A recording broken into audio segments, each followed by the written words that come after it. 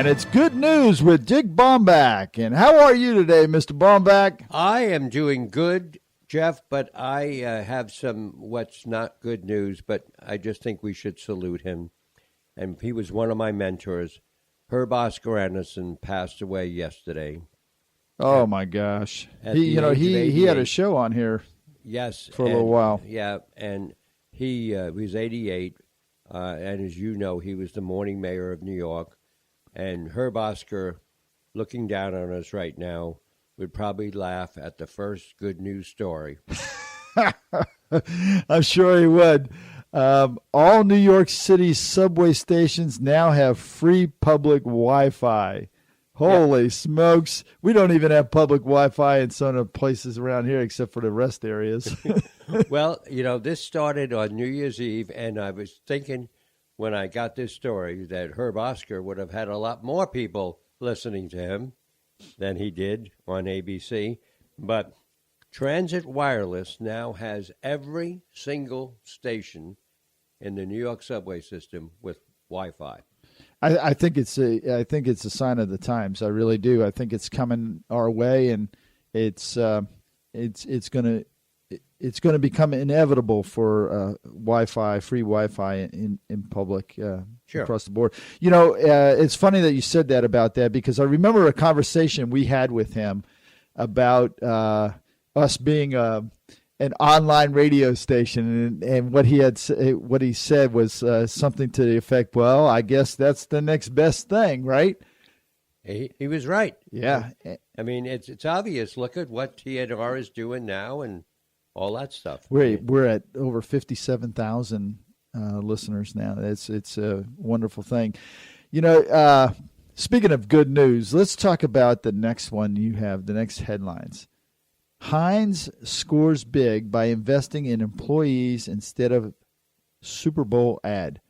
This is hard to fathom.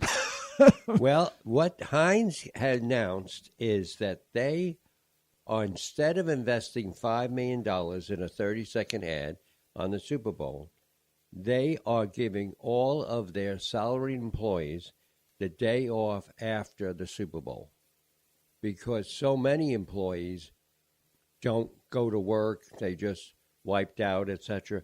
So Heinz said they just want to pay those people, and they'll have the day off, and there won't be any problem. And they started a petition to make the day after Super Bowl a national holiday, and on change.org. That's what I heard. I got to ask you, what do you think about that? What? Well, I wouldn't mind having the day off. I wouldn't either, but it just seems like we have so many other reasons for holidays, yet we can't even we can't even get the audience to even consider it. But it seems like all of a sudden there's this big push on it. It feels like this might happen.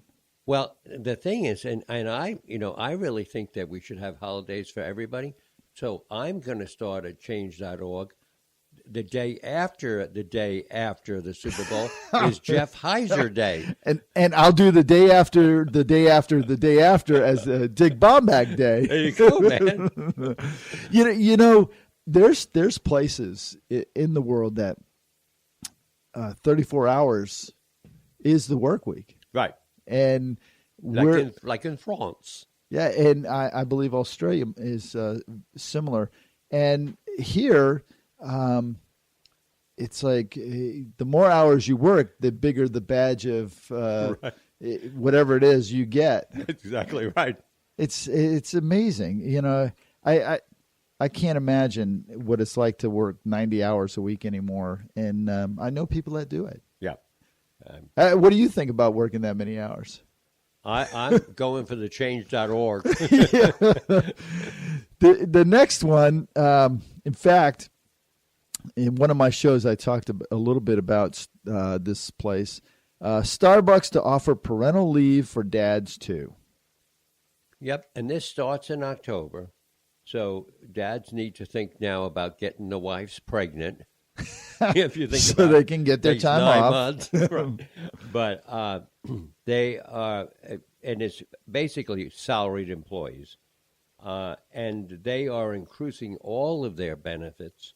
They're going to give 12 weeks of unpaid leave, 8 weeks of paid leave to the women, and they just decided that this is the way to invest in the people who work for their company.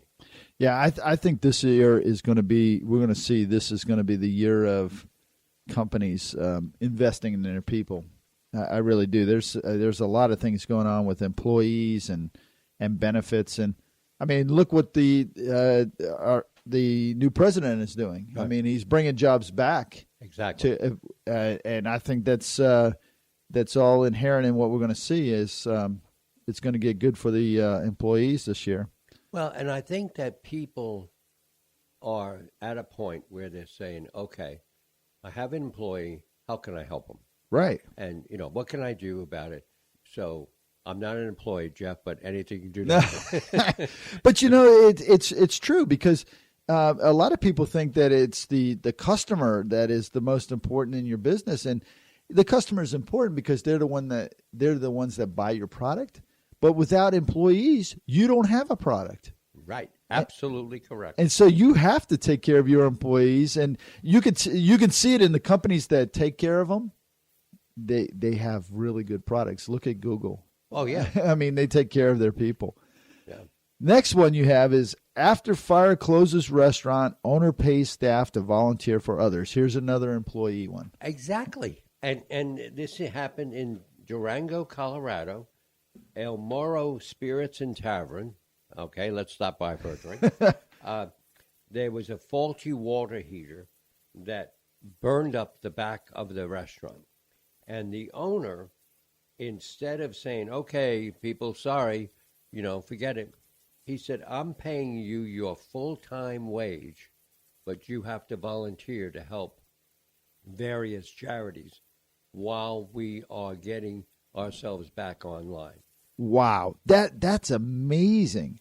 Yeah. That's really amazing. And the thing is, the volunteers, they volunteered everywhere, and they use their time at houses. They use their time at sales, humane societies, refugees, all over.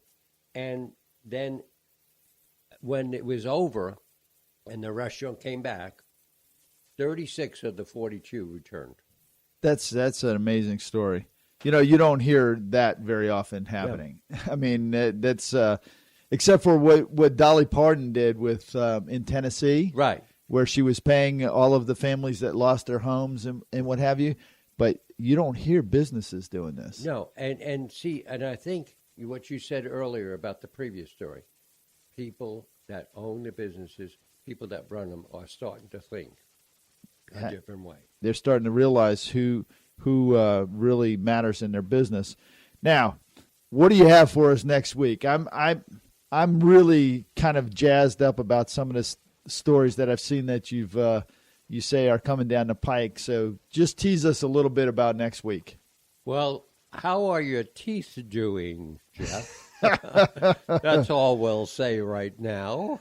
That sounds great. So in honor of Herb Oscar Anderson, do you recall how he used to sign off? Well, he would hello again. He'd say hello again, and he also, I never realized this when I worked with him, but he was actually started as a singer, and he was raised in an orphanage. Yeah, he used to sign off with a song, him singing, and I was going to ask you to sing, but I've heard you sing, so we'll just look forward to next week's show. Okay, thank you very much. Thanks. My wife does very good singing, not me. Well, thanks a lot, Mr. Baumbach, for being here today, bringing us the good news. And until next week, have a great day. You too, Jeff. Take care.